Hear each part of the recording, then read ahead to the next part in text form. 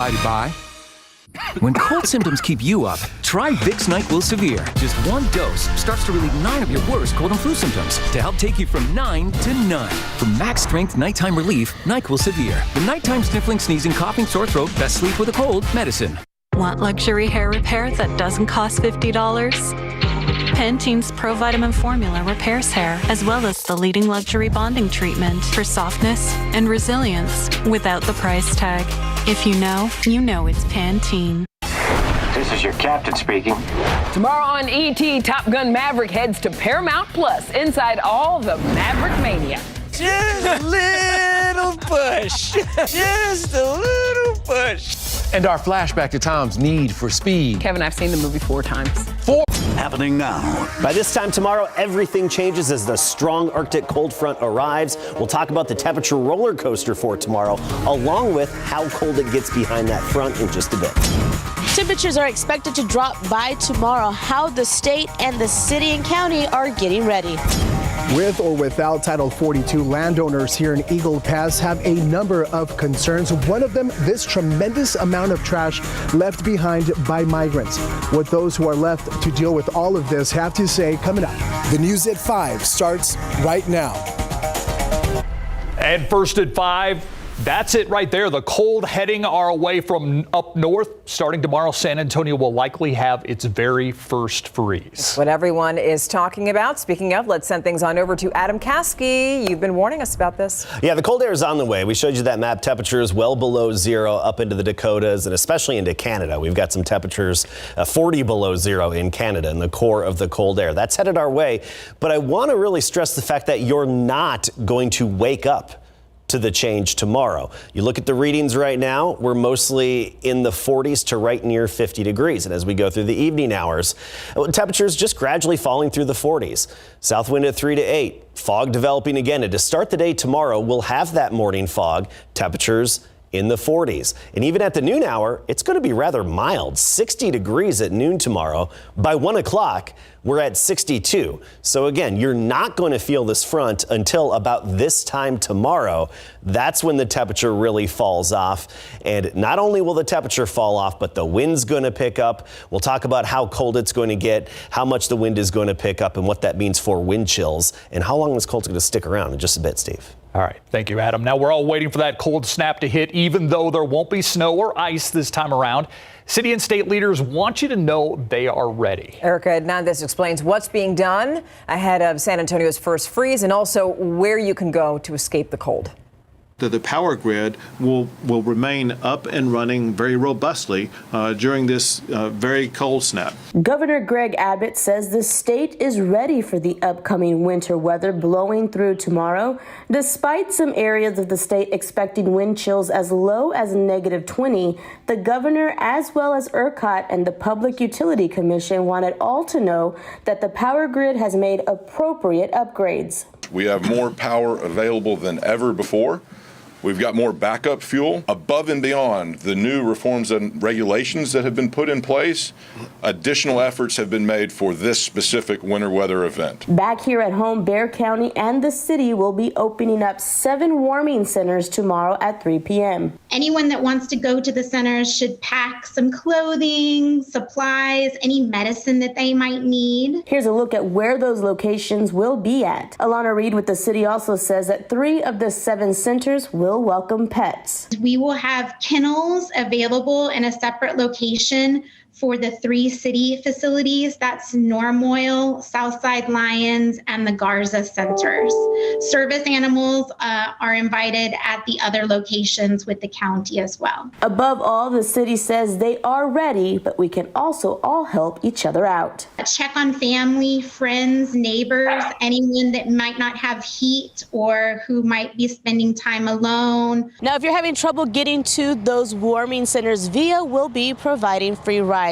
Now, if you're looking for that information on those locations, you can go to our website, KSAT.com. Erica Hernandez, KSAT 12 News. Another organization making sure that seniors are safe during the winter cold snap. That's Meals on Wheels San Antonio. Today, the organization delivered holiday meals to homebound seniors. You see, many of them live alone, so volunteers also spoke with them about staying warm through the freezing temperatures. Dripping your pipes to make sure, those pipes don't get frozen.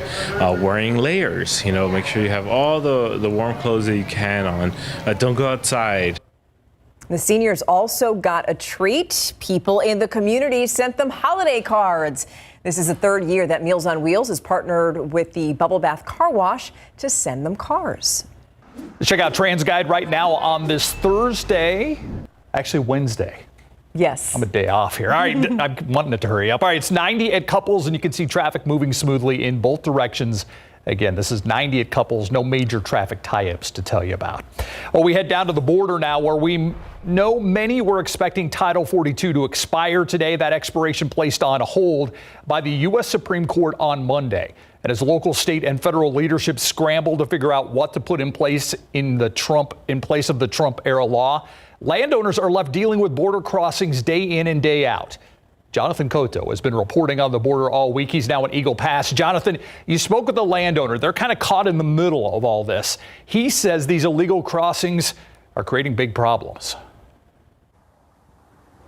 Steve, that's right. Photojournalist Sal Salazar and I are located on about 350 acres of private land that run along the Rio Grande here in Eagle Pass.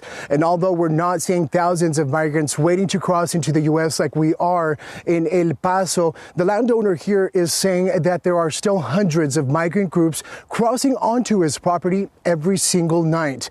Now, we know Title 42 allows the government to stop asylum seekers in an effort of stopping the spread of COVID-19. This is a policy that was created during the Trump administration in 2020. And since then, there have been several attempts by lawmakers to end it. Right now, many landowners like Luis Valderrama say they're the ones dealing with the brunt of the impact right in their backyard. Border Patrol and Texas National Guard have set up along Valderrama's property and have even installed a fence. But he says migrants arrive ready and willing to cut right through it.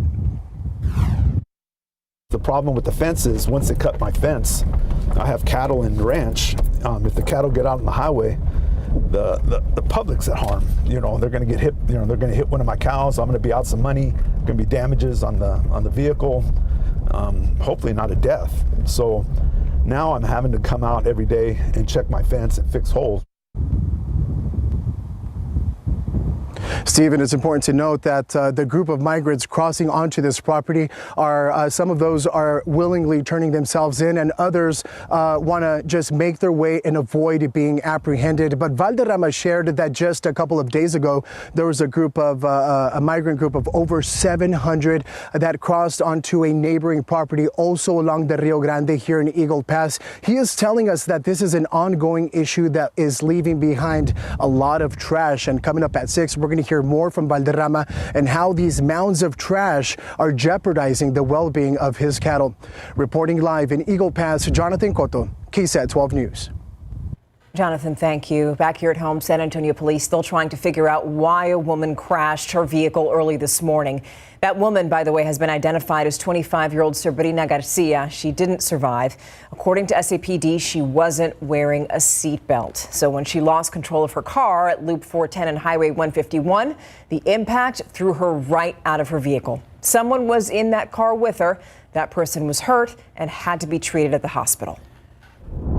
Crime Stoppers asking for help solving a fatal stabbing from 2016. 31-year-old Maria Gabrielle Rodriguez stabbed in her own apartment. It happened at Jackson Keller near Vance Jackson. Investigators have not been able to track down the person who did it. That's why they need your help. If you have any information, call Crime Stoppers at 210-224-STOP. A shakeup is expected to happen in President Biden's administration soon. National Cybersecurity Director Chris Inglis is expected to retire within the next 2 months. He's been in that position since 2021. The former Microsoft executive Kemba Aeneas Walden is expected to serve as acting director if Inglis leaves. Walden joined the National Cybersecurity Director's office in May. And now on to the surprise visit from Ukrainian President Volodymyr Zelensky.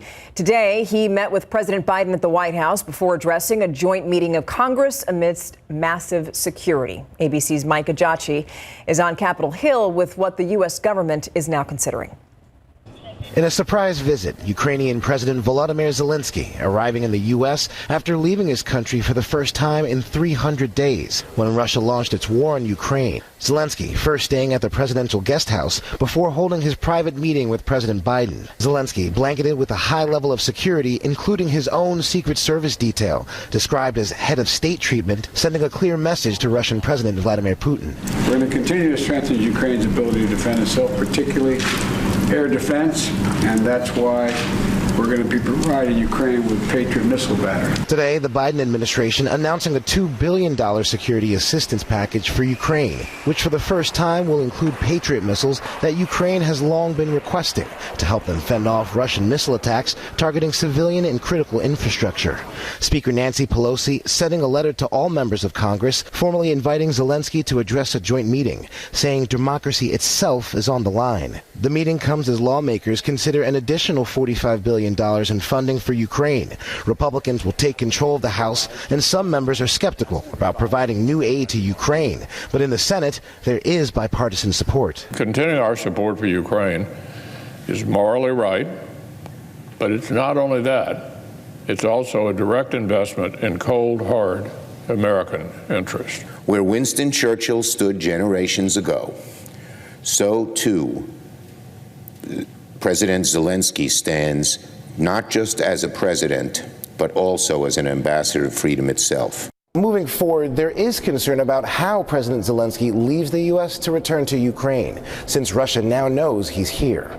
Ike Ajachi, ABC News, Capitol Hill. As increased demand for medications continue, the Biden administration planning to release Tamiflu from the strategic national stockpile to areas that request it. Right now, there's no official shortage of Tamiflu. That's according to the FDA. But some pharmacists and consumers having a hard time finding the generic medication. That's because of the uptick in flu cases across the country. According to the CDC, all but 7 states experiencing high or very high respiratory virus activity. So I noticed that you were one day ahead of us. So you probably I was. I'm lost ready track. for Christmas. That's right. Speaking of, it's 4 days away, and the roads and airports are going to get a lot busier. Yeah, AAA projects nearly 113 million people will travel 50 miles or more between December to January 2nd. And with all those extra people out and about, they have tips on easing your travel, starting with airlines. Yes, AAA says it's best to carry on your luggage, but yeah, maybe you're a pack rat. You like to pack a lot. If you got to check a bag, you should track it using the airline's app, or you can put an Apple AirTag inside of it so that you can track it on your own. Yeah, not a bad idea. And if you're taking a road trip, here's a tip.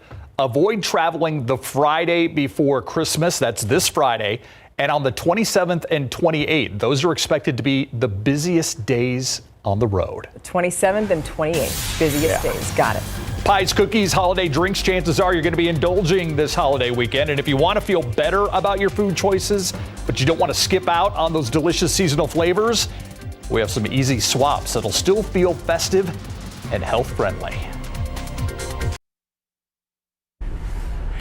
I'm Myra Arthur, and here's what we're working on for the news at 6 o'clock today. After an incredibly dry year, this freeze on its way. So what could that now mean for ranchers and their livestock? We're checking in with a Seguin rancher who shows us the challenges with the livestock that he is now facing in the coming days. And Christmas toys and new clothes for the kids, well, they take on a whole new meaning for Afghan families who fled with nothing but their lives. We'll show you the biggest holiday giveaway yet by the Center for Refugee Services. Plus, monsters of the muddy deep, they're pulled out of Browning Lake every single day. But wait until you see the catch that hooked our attention. It's a fun story we can't wait to share. It's coming up on the news at 6. All right, I'm going to take the bait. I'll watch that at 6. All right, it's all part of the holidays, feasts, goodies, and maybe some overindulgence. Here's the thing, though. You might be surprised to know that some of your holiday favorites are actually nutritious. 12 on your side's Marilyn Moritz has the hidden benefits of holiday treats. Can't you just smell it? Chestnuts, hot chocolate, and pumpkin pie. They may not be poster health foods, but that doesn't mean you can't enjoy. As long as you moderate your intake, that's the catch. You can feel okay about eating these nutrient-packed foods. Chestnuts may not have max protein, but they are rich in fiber, magnesium, folate, vitamin C, and potassium. And they have half the calories of almonds. It's the season for hot cocoa, and yes, it has benefits. The cacao beans used to make the chocolate have flavonols, a key antioxidant. They help reduce inflammation and lower cholesterol. But heads up, skip the instant mixes and make your own using unsweetened cocoa or even melted chocolate. Milk gives you a calcium boost. More often than not, packaged foods and mixes have ingredients that aren't good for you, like added sugars and sodium, so it's usually best to make it fresh. Pumpkin and sweet potatoes are nutritional powerhouses full of vitamins, fiber, and antioxidants. But when they become pie, they do lose some superpowers. As for eggnog, it's full of saturated fat and sugar. Its Caribbean counterpart, coquito, is made with coconut milk, but it's still high in saturated fat and sugar. Enjoy, dietitians say, but in small servings. Marilyn Moritz, KSAT 12 News. Oh, yeah, we are all about the coquito at my house. Really? It is delicious. Yes. Caribbean eggnog? Yeah, I mean, but it's more Puerto Rican, so it's basically coconut and also with some rum. But it tastes a lot more delicious than that, trust me. You had me at rum. Okay, 48 degrees outside, and we're going to kind of time out this whole cold front coming our way. Yeah, and I want to stress, you're not going to wake up to frigid conditions tomorrow. Actually, it's going to be pretty mild through the middle part of the day. Let's take a look at our low temperature trend, though, and really get to the coldest weather that's headed our way. 18 degrees Friday morning, 18 degrees Saturday morning on Christmas Eve. So as Steve Spriester heads out to do all of his Christmas shopping Saturday morning, It's going to be cold, Steve. All right, but bundle up. And then even Christmas morning, we're at 20 degrees. So hard freeze next 3 days in a row. And even Monday, we're still below freezing in the upper 20s. So let's time out tomorrow. Morning, 7 a.m., some fog, low clouds at 43 degrees. By 1 o'clock, we're at 62. Okay, so a mild and actually warm first part of the day tomorrow. Then the cold front hits, and by 2, 3 o'clock, our temperatures really plummet. 4 o'clock, we're at 36 degrees, and at 6 o'clock, we're at freezing.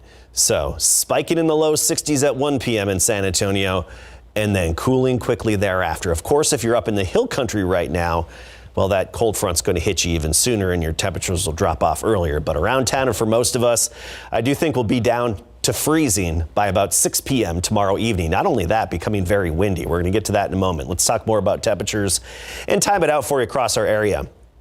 Right now across the state, mostly some 40s and 50s out there, but we'll fast forward to 7 a.m. tomorrow morning. Amarillo, single digits up in the Panhandle. We're at 43 degrees, not bad here in town, actually seasonable, near average. And then we get to noon, 1 o'clock, 62 here, Del Rio, 63 degrees, even Houston in the low 60s. But look what's happening to our friends up north. 1 p.m. tomorrow, single digits and teens in North Texas. And then our temperature quickly drops after 1 p.m. tomorrow. Quick, sharp drop off in the temperature, and we'll be at freezing by 6 p.m. And that leaves us Friday morning in the upper teens, as we talked about. Let's get more specific here.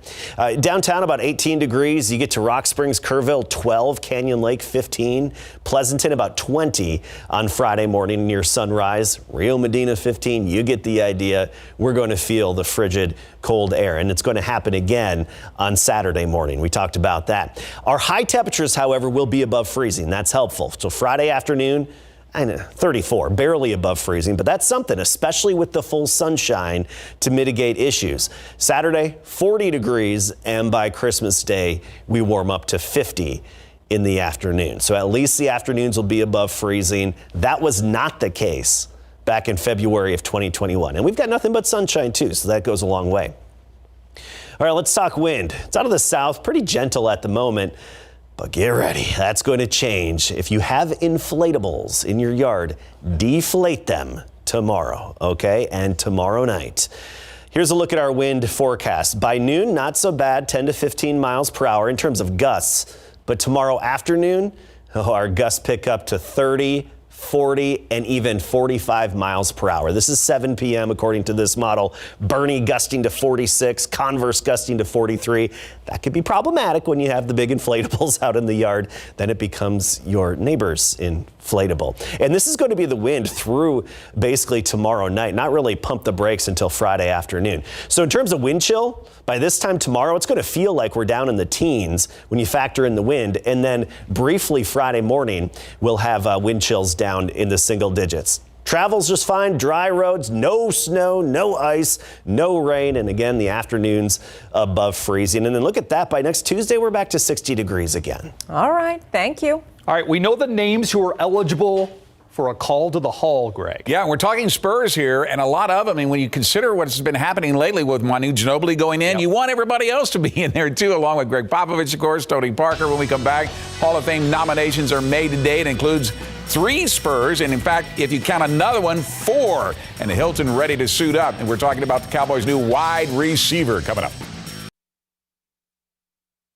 Congratulations, Spurs head coach Greg Popovich, 4-time NBA champion Tony Parker, former Spur Pau Gasol, along with former Spurs assistant Becky Hammond. As a player, the first 3 are first-time nominees to the class of 2023 announced today by the Naismith Basketball Hall of Fame, who just inducted Manu Ginobili this past September. The finalists will be announced on February the 17th during NBA All-Star Weekend, and the class of 2023 will be announced on Saturday, April the 1st during the NCAA Final Four in Houston. Our San Antonio Spurs return home after their 124-105 victory over the Rockets in Houston on Monday, and today held a very short workout before hitting the road again to New Orleans, where they'll meet the Pelicans tomorrow night. We touched on this last night. Today we got to ask him about it. Spurs rookie Jeremy Sohan shooting free throws with just one hand, in just the same way Dennis Rodman used to do that when he wore number 10 in silver and black. But Jeremy, who's only shooting less than 46% from beyond the charity stripe, said it wasn't his idea.